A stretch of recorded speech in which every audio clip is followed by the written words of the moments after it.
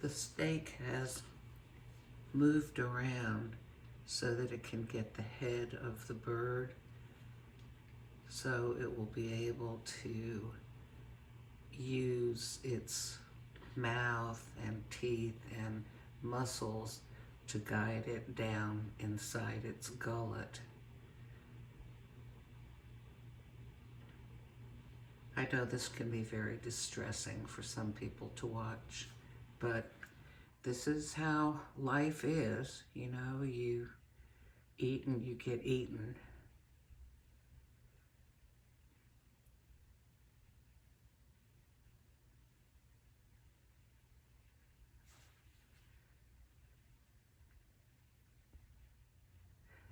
I would go outside where I could get a clearer picture, but I'm afraid that I might startle the snake, and I don't want it to drop its meal, or I don't know, just drop itself down.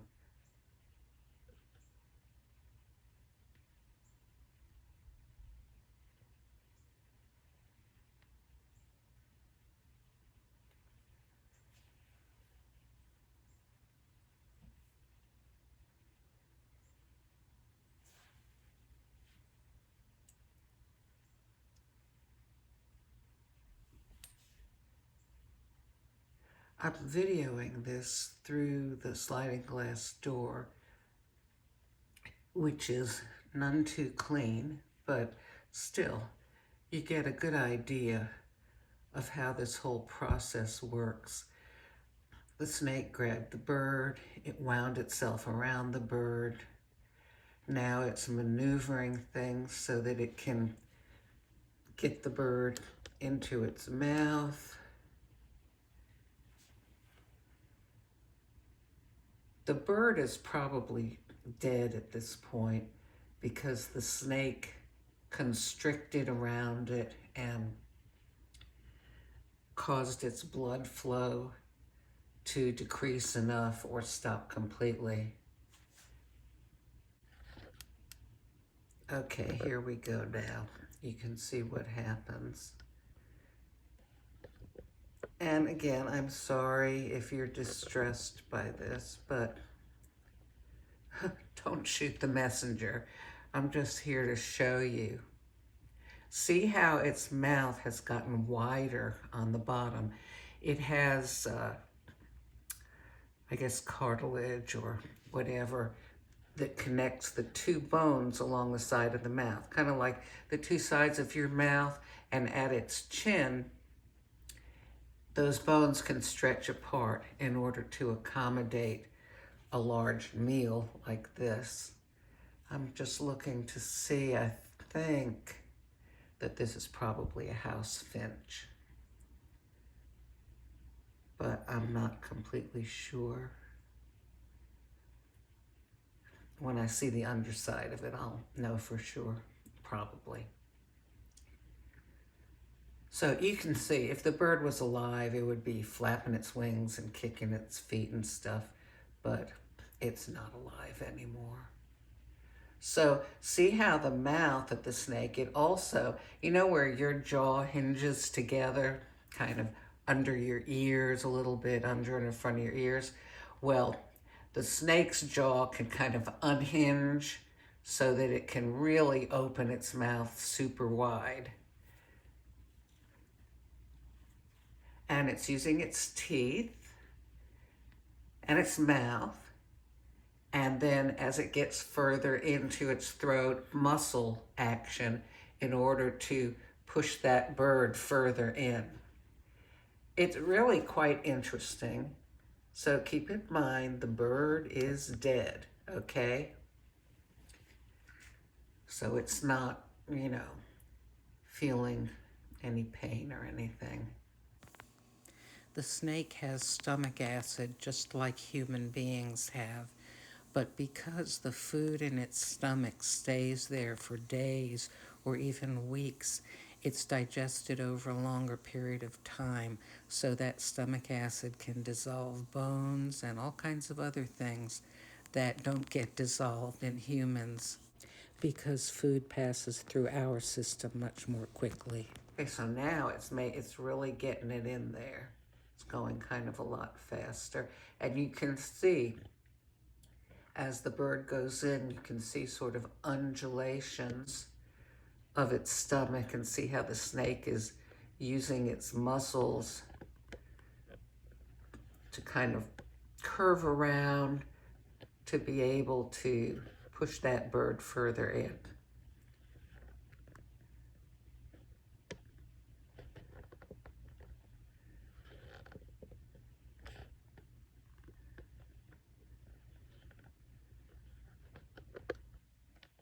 I had the snake coming for a few days, a couple weeks ago, I think. And then the weather got very, very hot. And also I took down the bird feeders. So the snake had no reason to come and look for a meal.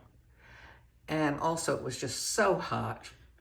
So the weather has cooled down in the last couple of days. And now, and I put the bird feeders back up, and the snake returned yesterday and was waiting right where it is now. It did take a strike at a bird yesterday, but it missed.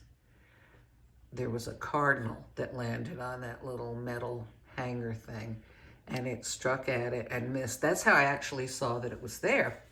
I was sitting in my living room, and something caught my eye. Something was like hanging down and swinging.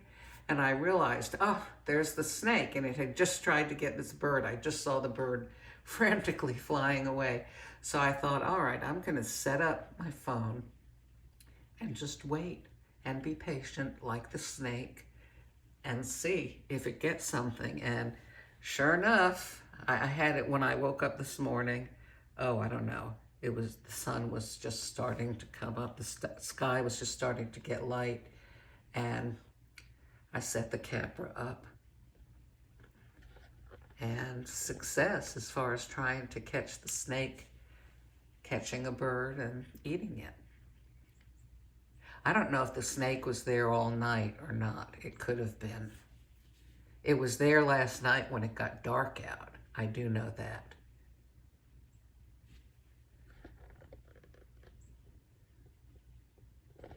So look at that. It's almost got it all eaten. You know, I have one other video of a snake eating a bird at my bird feeders. And that's the one all the kids I know and my grandkids ask me to see. This one's a much better video though. Okay, so see how you can see a lump, you can even see something sort of poking out, making the snake's body poke out. See that big lump? Okay, so the bird is going in. Oh, see the huge lump there? That's the bird. Obviously, you can see the snake's body is able to expand also. This is just fascinating. So we'll see where the snake goes when it's all done. You know, it's going to go somewhere and just lay around and digest this bird. The bird will probably last for, I don't know, several days, maybe even a week.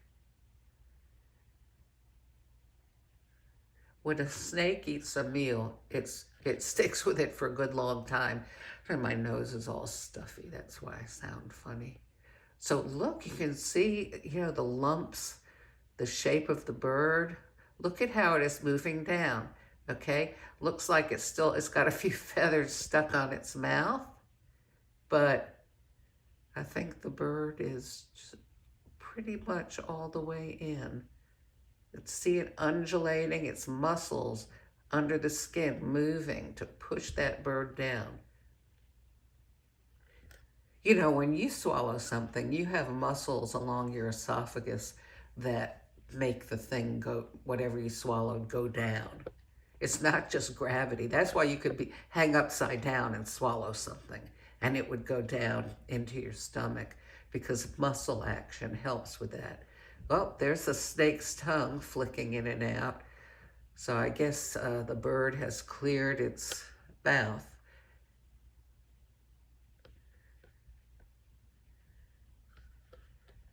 This is so fascinating. And I want to see, where is it going to go? Okay, it's starting to pull up a little bit. We'll see what happens here. Look at that. It's really quite beautiful the way it moves, the beautiful curves of its body. So it's got its head kind of supported on that metal hanger thing that I have up there. Oh, now it's going to go up. Now I wonder, the last time, actually, yeah, I just have one other video of a snake eating a bird. But one time it looked like I had a snake up in the rafters and you could see the shape of a frog along its skin. So that particular snake hung around in the rafters, I guess until it digested the frog, and then it pooped. And it almost got me, by the way, with the poop. It just missed me. Okay, let's see where it's gonna go.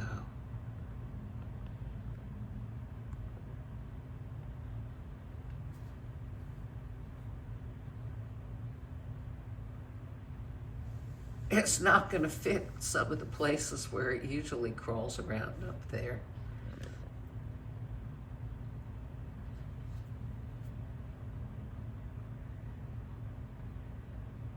Yeah, I don't think it can go in there because it usually crawls around the rafters. Oh, yep, it just popped itself in.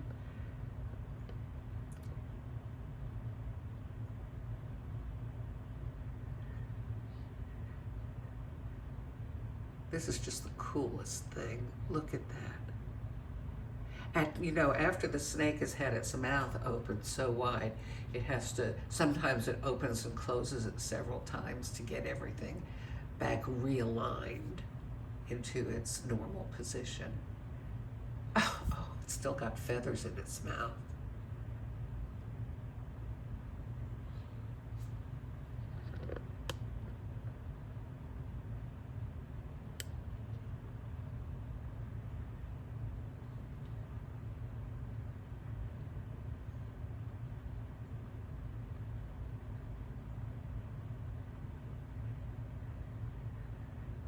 Getting a little out of focus here. I'm going to go outside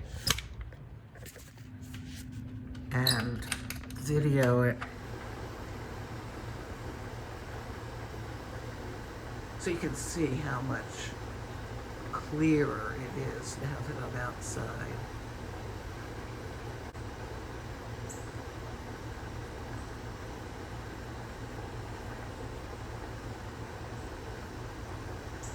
So, you know, some people may say, oh, aren't you concerned it's going to come get you? No, that's ridiculous. It has what it wanted.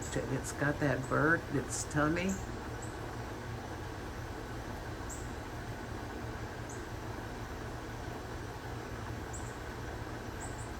I think what it's doing is it's just trying to find a place, a secure place where it can relax and digest.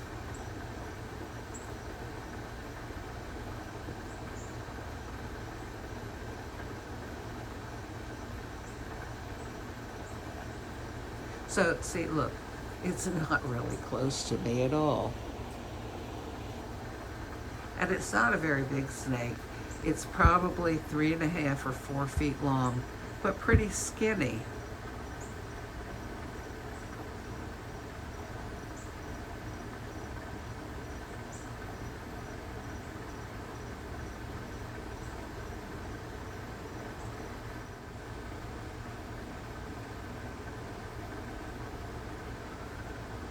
That is so cool. It's readjusting its jaw. Oh my gosh.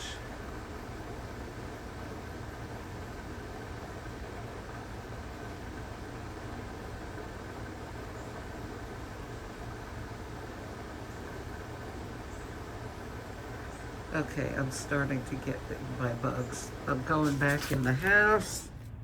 And is the snake concerned that something might get it? Well, I don't know. I imagine if there was some sort of something related to a hawk or a falcon or something, and the snake was out in the open, yeah, maybe something like that would come grab it and eat it. But over here, it's sheltered, and there's nothing bigger than it that could get to it that eats snakes. You know, when you think about it, probably if you saw uh, a falcon or a hawk or something grab a snake and carry it off and eat it, that wouldn't bother you. But seeing the snake eat a cute little bird, that bothers people. But, you know, that's because we sort of, we anthropomorphize the bird. In other words, we almost look at it like it has human characteristics. Oh, it's so small, it's so cute. It goes tweet, tweet, tweet. You know, and we think of it like almost like it'd be a little baby or something, and like it would like us and all that sort of thing. But probably not. Actually, I've been around some birds that I thought were so cute.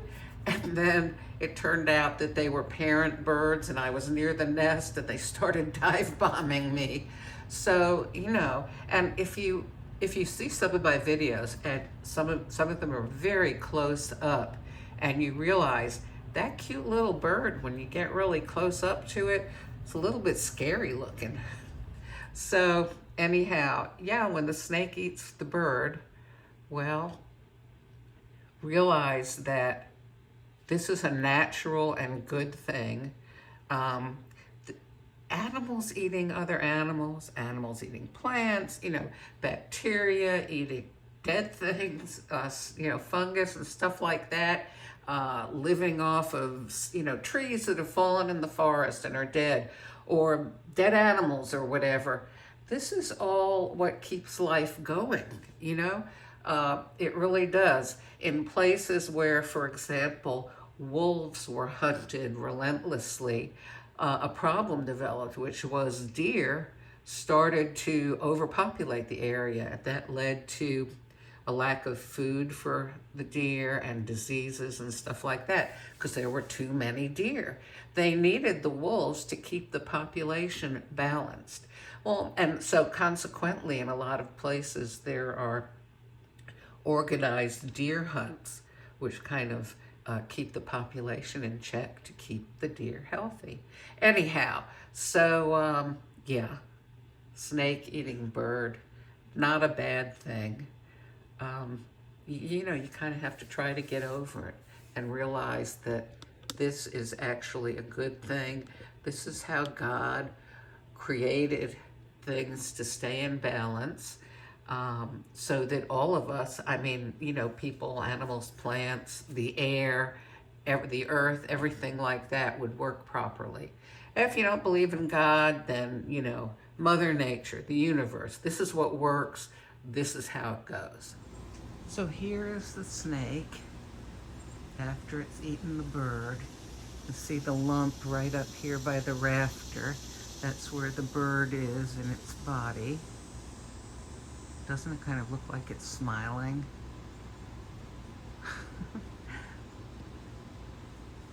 Okay, you can see how it's wound around through there, and that's how it's hanging on.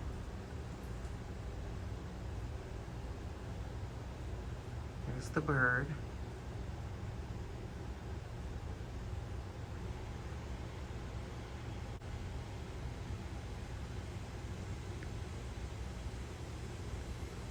And there's the snake. So one more view from the other side. This is a gray rat snake that just caught and ate a bird. There's the lump where the bird is. And it's keeping itself stable by being threaded around through the rafter.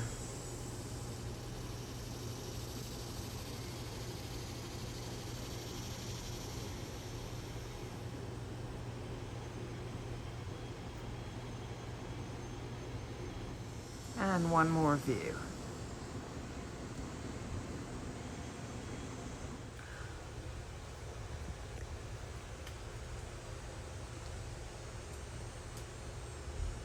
I'm sure that if somebody came out of their house or out of their, onto their back patio, whatever, their front porch, and looked up and saw this, it would be rather frightening. I mean, to me too, you're just not expecting to see something like this over your head. It's like, whoa, what is that doing there?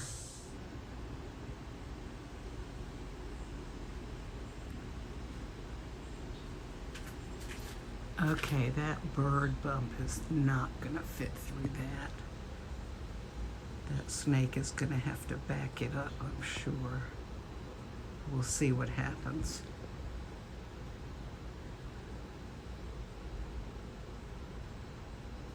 Go on, keep going. Well, can you already sense it, that you've got a tight fit there?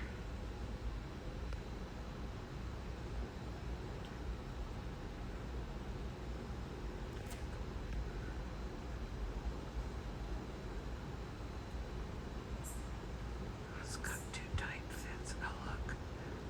Look. There's the bird bump. Yeah, you're not gonna make it through, buddy. What are you gonna do now?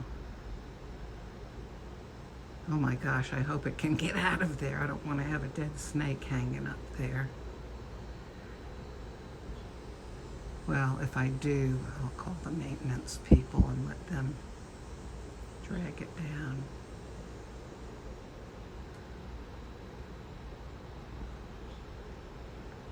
I don't know, is it gonna get the bird bump through? It is definitely stuck. Okay, now what? Now what are you gonna do? You're gonna have to try to back up.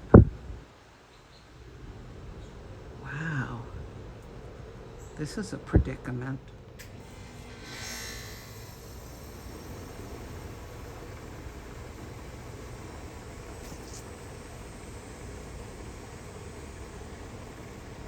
Oh, it's backing up. There we go. So now we know what a snake does when it gets stuck.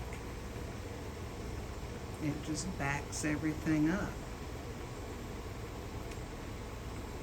But uh-oh, it's going to try again.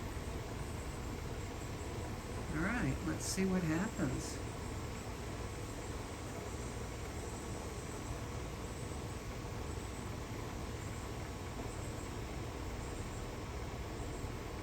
Oh dear. Okay, there it goes. There it goes. It's backing up. Keep going, Snakey. I don't need a stuck snake up in my rafters. Keep going. Nope, not that way. Pull it back.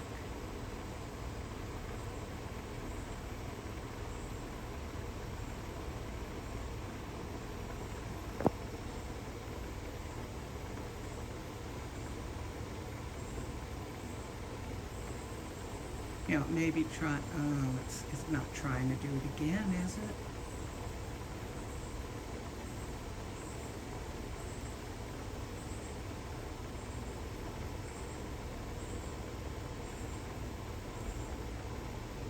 Oh, I imagine the bird could, finally get digested enough that it would be able to get through, but oh no, it keeps trying and it's not happening.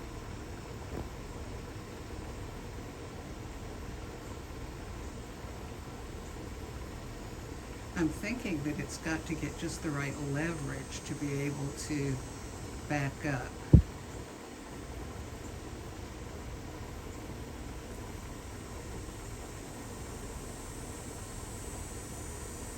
This is quite interesting.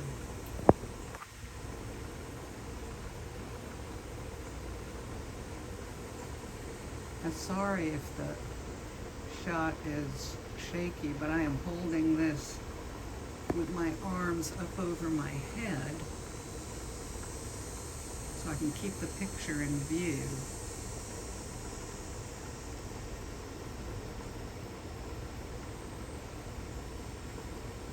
This is really exciting because the snake truly is in a predicament here. If it doesn't back up, or it can't back up, it's either going to have to find a way to stay up there until it digests the bird more, or I don't know. I don't know if it would be too hot for the snake to stay out all this time.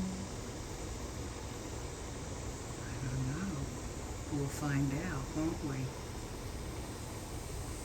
Okay, here it goes again. Is it going to give it? It's going to give it another try.